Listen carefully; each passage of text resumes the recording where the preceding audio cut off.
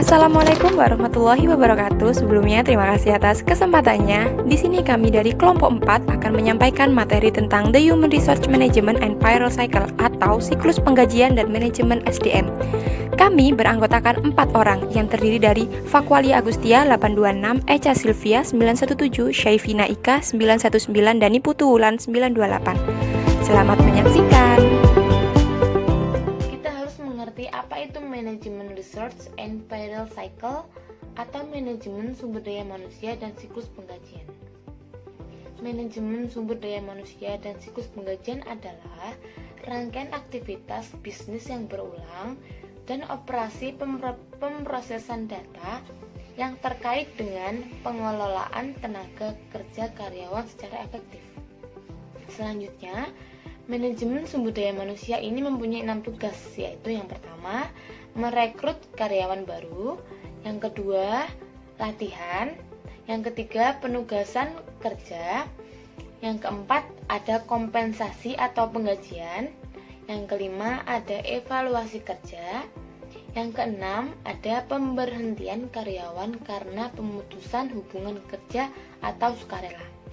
Nah, untuk tugas 1 dan 6 dilakukan hanya 1 kali untuk setiap karyawan. Sedangkan tugas 2 hingga 5 dilakukan berulang kali selama karyawan tersebut bekerja untuk perusahaan. Tugas 4, memberi kompensasi kepada karyawan adalah fungsi utama pada sistem penggajian. Oke, selanjutnya akan dijelaskan oleh rekan saya. Baik, terima kasih atas kesempatannya. Nama saya Echa Silvia Nurfadila, NIM 2018-310917. Di sini saya akan melanjutkan presentasi dari rekan saya, yaitu tentang sistem informasi siklus penggajian dan manajemen sumber daya manusia. Nah, di sini ada 2, yaitu tinjauan proses sumber daya manusia dan kebutuhan informasi, dan yang kedua ada ancaman dan kontrol. Next. Nah, yang pertama ada tinjauan proses sumber daya manusia dan kebutuhan informasi. Dalam keberhasilan organisasi, itu bergantung pada karyawan yang terampil dan termotivasi. Nah, untuk menggunakan pengetahuan dan kemampuan para pegawai secara lebih efektif, banyak organisasi berinvestasi pada sistem manajemen pengetahuan. Nah, apa sih yang dimaksud dengan sistem manajemen pengetahuan? Sistem manajemen pengetahuan merupakan perangkat lunak yang menyimpan dan mengelola keahlian yang dimiliki oleh pegawai individu. Jadi tidak hanya berfungsi sebagai direktori yang mengidentifikasi bidang keahlian yang dimiliki oleh masing-masing karyawan, tetapi juga menangkap dan menyimpan pengetahuan itu sehingga dapat dibagikan dan digunakan oleh orang lain. Dengan itu, sistem manajemen pengetahuan dapat secara signifikan meningkatkan produktivitas. Selanjutnya ada ancaman dan kontrol. Di sini saya akan memberikan contoh ancaman dan kontrol atau pengendalian dari proses pengontrakan dan perekrutan tenaga kerja. Nah, yang pertama ada ancaman memperkerjakan pegawai yang tidak berkualitas atau berkelakuan buruk. Nah, bagaimana sih pengendalian atau kontrolnya? Yaitu yang pertama, prosedur memperkerjakan yang baik, termasuk verifikasi, keahlian pelamar kerja, referensi, dan riwayat pekerjaan. Jadi, meminimalisir pegawai yang tidak berkualitas atau berkelakuan buruk. Yang kedua, ada ancaman pelanggaran hukum ketenagakerjaan. Nah, pengendalian atau kontrolnya yaitu dokumen lengkap atas prosedur untuk mempekerjakan, pelatihan perkembangan terkini dalam hal hukum ketenagakerjaan. Jadi, untuk meminimalisir pelanggaran hukum dalam ketenagakerjaan. Baik, selanjutnya saya akan memberikan contoh ancaman dan kontrol yang lain, yaitu tentang pemrosesan penggajian. Nah, ancamannya yang pertama ada perubahan file induk penggajian tanpa otorisasi.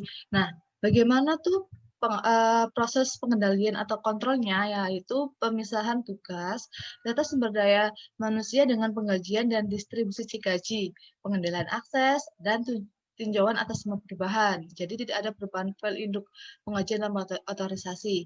Yang kedua ada data waktu yang tidak akurat. Nah, data waktu dan kehadiran yang tidak akurat merupakan ancaman utama terhadap aktivitas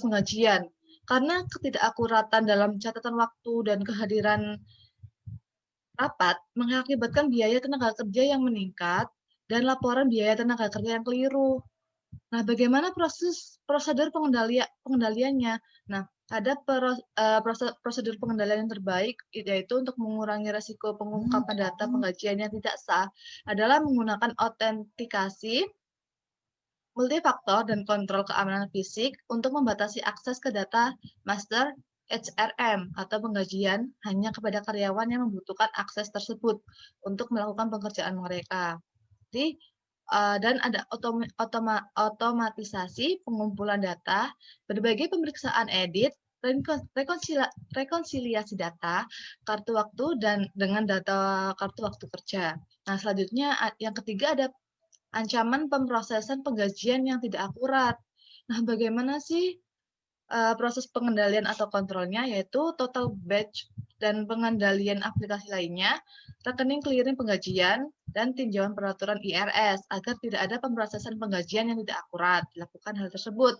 Terus ada yang terakhir, ada pencurian atau distribusi cek gaji tipuan. Nah, bagaimana sih proses pengendalian atau kontrolnya?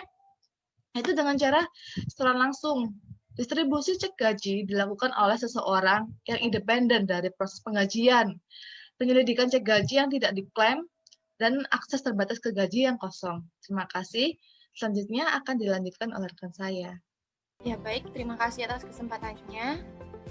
Sebelumnya, nama saya Syarifina Ika Listiadi dengan NIM 2018-310919. Di sini saya akan melanjutkan presentasi dari rekan saya tentang aktivitas siklus penggajian. Nah, bisa dilihat di slide rekan-rekan. Di sini ada diagram konteks dari porsi penggajian dalam siklus penggajian dan manajemen sumber daya manusia. Nah, di sini menunjukkan bahwa ada 5 sumber utama input ke sistem penggajian. Yang pertama, Departemen Sumber Daya Manusia memberikan informasi tentang perekrutan, penghentian, dan perubahan tarif gaji karena kenaikan gaji dan promosi. Di sini maksudnya adalah Departemen Manajemen Sumber Daya Manusia ini memberikan informasi ketika departemen ini melakukan perekrutan anggota karyawan baru atau penghentian karyawan baru karena adanya resign atau dipecat, kemudian ada perubahan tarif gaji karena kenaikan gaji dan promosi setiap karyawan. Nah, yang kedua, karyawan mulai perubahan dalam pemotongan diskresioner. Nah, ini maksudnya apa? Karyawan ini melakukan perubahan karena adanya potongan terhadap pengeluaran untuk biaya pada periode tertentu. Misalnya kontribusi untuk rencana pensiun. Nah, yang ketiga, ada berbagai departemen memberikan data tentang jam kerja aktual karyawan. Nah, dalam suatu perusahaan kan tidak hanya ada manajemen sumber daya manusia, tapi juga ada accounting management, marketing, purchasing, engineering, dan lain-lain. Nah, setiap departemen ini memberikan data tentang jam kerja aktual karyawannya. Selanjutnya, yang keempat adalah badan pemerintah memberikan tarif dan instruksi pajak untuk memenuhi persyaratan peraturan. Nah, di Indonesia sendiri, pajak ini berlaku pada setiap individu yang mempunyai penghasilan. Maka, ketika badan pemerintah memberikan tarif instruksi pajak dengan secara langsung, sistem ini akan mengurangi gaji setiap karyawan untuk melakukan kewajibannya, yaitu membayar pajak. Yang terakhir adalah perusahaan, asuransi, dan organisasi lain menyediakan instruksi untuk menghitung dan menghapus berbagai kepemilikan. Next.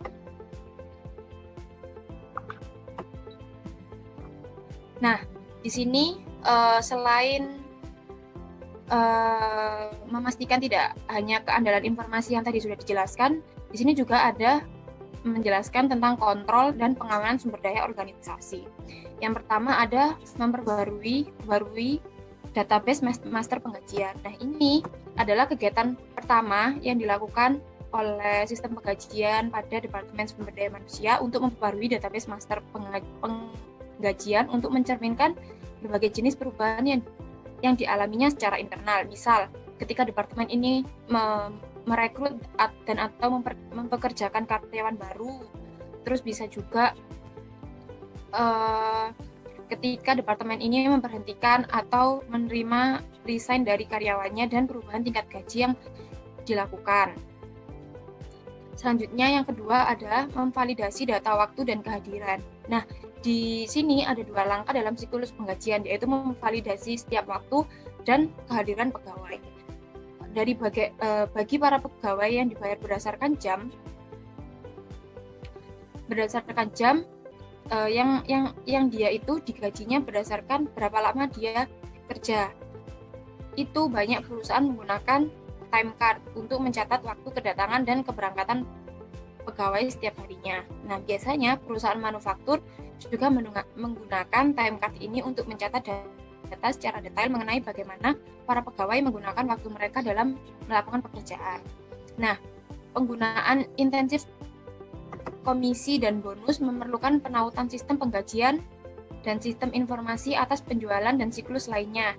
Ini gunanya untuk mengumpulkan data yang digunakan untuk menghitung bonus. Ketika karyawan itu mendapatkan bonus atau komisi atau penggunaan intensif, maka ini juga perlu dikaitkan atau ditautkan pada sistem penggajian dan sistem informasi agar bisa terkonek secara langsung.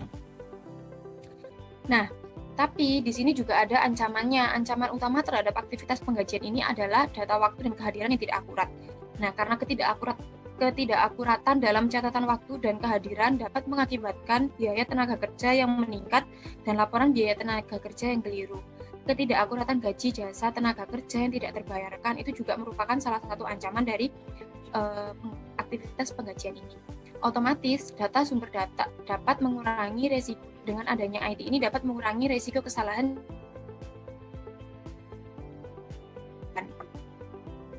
Nah, sudah semakin berkembangnya teknologi IT, teknologi informasi atau IT, ini juga dapat mengurangi salah satu resiko ketidakakuratan yang disengaja untuk data waktu dan kehadiran. Misal, beberapa perusahaan manufaktur saat ini sudah menggunakan teknik autentik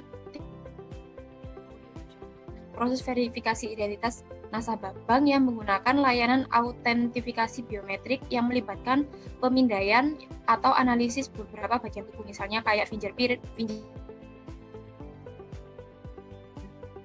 Tujuannya ini adalah untuk mencegah pegawai meninggalkan pekerjaannya lebih dini atau lebih dulu sebelum jam kerjanya habis, serta mencegah adanya berbagai kecurangan, misalnya seorang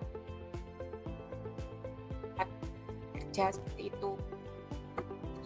Nah, selanjutnya yang ketiga adalah menyiapkan penggajian. Di sini ada 3 langkah dalam siklus penggajian itu sendiri. Yang pertama adalah transaksi penggajian, diedit, dan transaksi yang divalidasi kemudian disortir berdasarkan nomor pegawai. Ini maksudnya adalah ketika transaksi penggajian ini setelah diedit, kemudian transaksi ini divalidasi, kemudian disortir biasanya menurut berdasarkan nomor pegawai. Nah, jika organisasi mempunyai penggajian dari beberapa divisi, setiap file transaksi penggajian juga harus digabungkan. Jadi setiap divisi itu, misal dari masing-masing departemen itu juga harus digabungkan. Langkah yang kedua adalah potongan penggajian dibagi ke dalam 2 kategori umum, potongan karena pajak dan potongan karena sukarela. Potongan pajak ini meliputi apa? Meliputi tadi pajak penghasilan atau penghasilan negara, negara bagian, dan negara daerah, begitu pula dengan pajak sosial security. Nah, potongan sukarela sendiri ini meliputi seperti iuran dana pensiun, premi asuransi jiwa, premi asuransi kesehatan, atau premi asuransi kesehatan. Dan bisa juga karena adanya kontribusi untuk berbagi sumbangan amal. Nah, daftar penggajian atau register penggajian mencantumkan gaji kotor setiap pegawai, potongan penggajian, dan gaji bersih dalam format multikolom. Setelah adanya 3 daftar penggajian yang tadi, terakhir sistem mencetak cek gaji pegawai. Jadi cek gaji ini biasanya menyertakan sebuah laporan pendapatan yang memuat jumlah gaji kotor, terus potongan dari gaji bersih, potongan gaji kemudian menghasilkan gaji bersih untuk periode terkini masing-masing karyawan. Nah, yang selanjutnya keempat adalah membayar gaji. Langkah selanjutnya adalah pembayaran yang sesungguhnya atas cek gaji ke pegawai. Sebagian besar pegawai dibayar dengan menggunakan cek atau dengan menyimpan langsung gaji bersih ke rekening bank pribadi mereka. Tidak seperti ketika perusahaan itu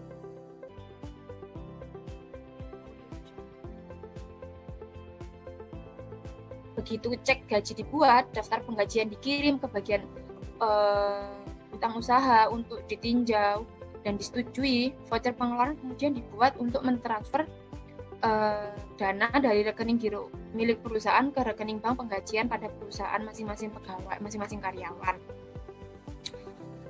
Guna mencegah pembuatan dan penyebaran cek gaji palsu, sebuah daftar cek gaji yang tidak diklaim dan dikirim ke Departemen Audit Internal untuk diselidiki lebih jauh.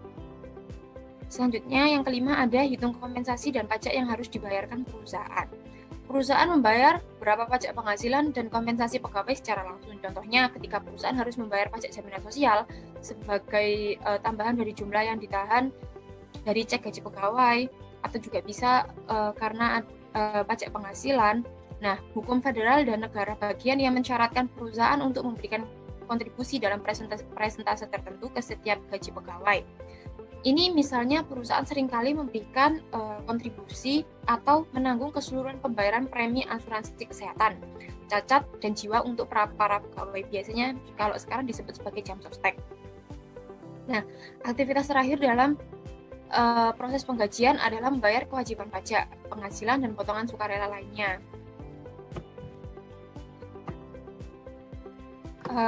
Dari setiap pegawai itu sendiri. Nah, organisasi harus secara periodik membuat cek atau menggunakan transfer dana elektronik untuk membayar berbagai kewajiban pajak yang telah terjadi. Nah, selanjutnya lembaga pemerintah harus menspesifikasikan terkait kapan waktu untuk pembayaran ini agar perusahaan tidak terlambat dalam penyampaian dan pembayaran pajak yang sudah dilakukan pemotongan di sebelumnya. Kurang lebihnya saya mohon maaf, selanjutnya akan dilanjutkan oleh rekan saya. Ya, terima kasih atas kesempatannya. Perkenalkan, nama saya Niputu Wulan Saswati Dewi dengan NIM 2018-10928. Saya akan melanjutkan presentasi dari rekan saya, yaitu mengenai outsourcing Biro Jasa Penggajian dan Organisasi Tenaga Kerja. Outsourcing atau Biro Jasa Penggajian dan Organisasi Tenaga Kerja. Banyak organisasi melakukan outsourcing fungsi penggajian dan sumber daya manusia mereka ke Biro Jasa Penggajian dan Organisasi Tenaga Kerja untuk mengurangi biaya dalam usaha mereka. Ketika organisasi melakukan outsourcing untuk pemrosesan penggajian, mereka mengirim data waktu dan kehadiran ke Biro Jasa Penggajian atau PEO, Professional Employer Organization, serta informasi mengenai perubahan personel pada setiap akhir periode pembayaran. Selanjutnya yaitu mengenai alasan-alasan Biro Jasa Penggajian dan PEO menarik untuk bisnis kecil hingga menengah karena alasan-alasan berikut ini. Yang pertama adalah menurunkan biaya, yang kedua kompensasi yang luas, dan yang ketiga adalah membebaskan sumber daya dan komputer. Yang pertama adalah menurunkan biaya. Di sini Biro Jasa Penggajian dan PEO mendapatkan keuntungan dari economic of scale yang berkaitan dengan membuat cek gaji untuk sejumlah besar perusahaan. Mereka dapat membebankan tagihan yang lebih murah daripada biaya untuk melakukan penggajian sendiri. Biro Jasa Penggajian atau PEO juga menghemat uang karena meniadakan perlunya mengembangkan dan memelihara keahlian yang dibutuhkan untuk mematuhi aturan pajak yang terus berubah. Kemudian yang kedua ada kompensasi yang lebih luas. Di sini PEO mengumpulkan biaya untuk mengadministrasikan kompensasi bagi semua klien mereka. Akibatnya, PEO memungkinkan perusahaan yang lebih kecil untuk menawarkan kompensasi sama luasnya dengan yang disediakan oleh perusahaan besar pada umumnya. Yang ketiga adalah membebaskan sumber daya dan komputer. Biro Jasa Penggajian atau PEO meniadakan satu atau lebih aplikasi SIA. Kemudian sumber daya komputer yang bebas tersebut dapat digunakan untuk meningkatkan pelayanan di area lainnya seperti entry pesanan penjualan. Oleh karena dasar keunggulan kompetitif makin bergantung pada keahlian dan pengetahuan para pegawai, maka pengelolaan yang efektif dan efisien atas fungsi penggajian dan manajemen SDM menjadi paling penting. Sekian presentasi dari kelompok kami, kurang lebihnya kami mohon maaf. Terima kasih.